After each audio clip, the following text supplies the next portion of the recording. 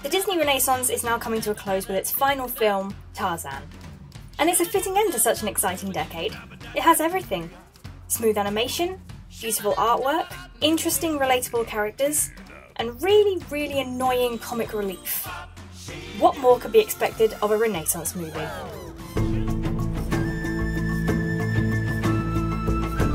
Well, how about a stunningly beautiful, funny, quirky, brave female lead? Honestly, the more I think about it, she might be one of my favourite Disney characters of all time, if not the favourite. I'd say the greatest joy comes from the culture clash. Even when she's in the most perilous danger, she doesn't lose her sense of decorum. How dare you! It's also good to see a female character who's allowed to be animated. I mean, obviously she's animated, but, well, take this for example. Little baby monkey and I drew a picture. Yes, go on. Suddenly, the monkey starts crying. Oh, when I poor turn around, and there's a whole fleet of them. What? There's an army of monkeys, What, a huge monkeys? tree full of them, Monkeys? screaming at me. Now, that's Therapithecus baboonus. She's very good at this. Oh, really? Terrified I was, terrified. Suddenly, I was swinging in the vines, up in the air. With the monkey, Swinging, yes. flying. I was in the air. It's the perfect summation of Jane.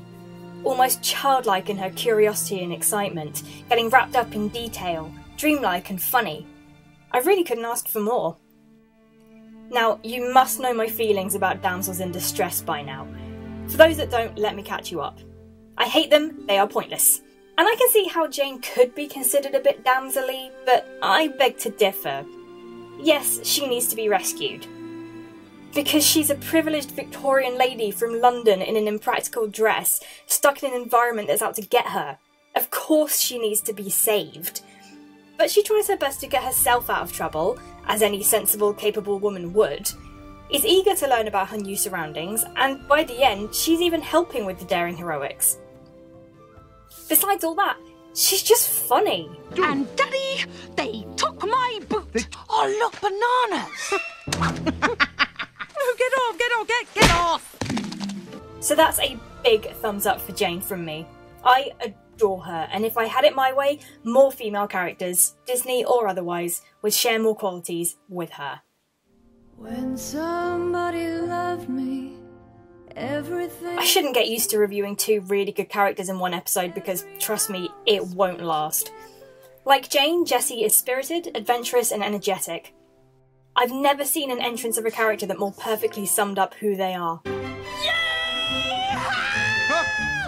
Her entire personality, in fact, can be pinned to one interesting character trait: her claustrophobia.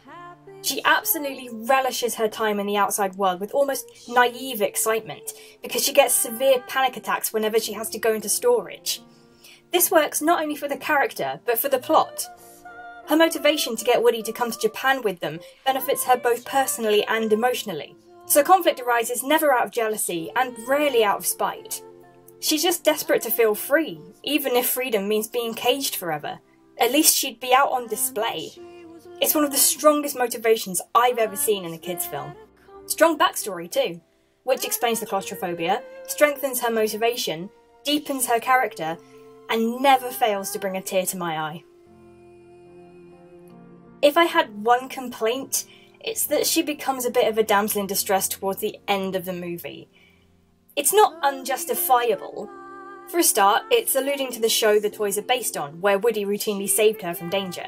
Furthermore, she's trapped in a box, which means her claustrophobia must have kicked in, probably aggravated by being all alone. And once Woody gets her out, she does become more active in the escape attempt. But I don't know, given what we've seen from her in the rest of the movie, I wouldn't have expected her to give up so easily. But as I said, that is my one complaint. We'll revisit Jessie in Toy Story 3, but for now, let me just say she is absolutely wonderful to watch whenever she's on screen.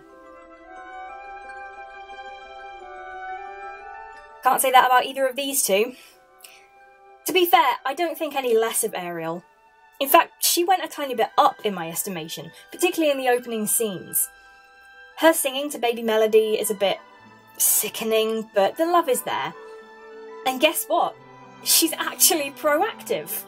She holds a sword with her own hands and actually does something with it to save her daughter. Of course, it's the men who end up the real heroes, but if I'm honest, it's really quite cool to see this family working so hard to protect itself, considering how broken it was in the original film. I also think it's very brave and selfless of her to return to the life she hated in order to find her daughter. Believe me, brave and selfless are two words I never thought I'd use to describe Ariel. But like the original, she has one big, unforgivable flaw, and that is the decision she makes at the start of the story to keep her daughter from going in the sea. That in itself isn't stupid, it's probably the right decision, given there's a crazy woman in the sea that's out to get her. But then she goes on to say that Melody can never know of her heritage. Why not? If she knew the truth, surely that would be more likely to keep her away, instead of fueling her curiosity, which leads to the ridiculous events of the movie. Ridiculous and repetitive, because Melody's storyline is cut and pasted from Ariel's storyline in the original, only instead of a mermaid wanting to be human, it's a human wanting to be a mermaid. There's more motivation for this, I guess, because of Melody's background. She would be subconsciously drawn to the sea, but I just don't care. She's awful. This is the first thing she ever says. Hey, Scuttle. Hey, Sebastian. What's kicking? What's kicking? Ugh. And it really doesn't get any better from there. She doesn't reach Marie levels of brattiness. That would be quite a feat. But she is a horrible cow. And she's so naive to the dangers around her, and so stupid in general, that I honestly wonder if there's something wrong with her. A couple of general points about the movie as a whole before I wrap up. It's terrible. The sound editing is piss poor. And Adventurer/Explorer is the most maddeningly catchy song in it. Titanic tip and daring dash, Adventurer/Explorer. Titanic tip and daring dash, Adventurer/Explorer. So, Pixar's getting better, Disney's getting experimental, and sequels are getting lazy.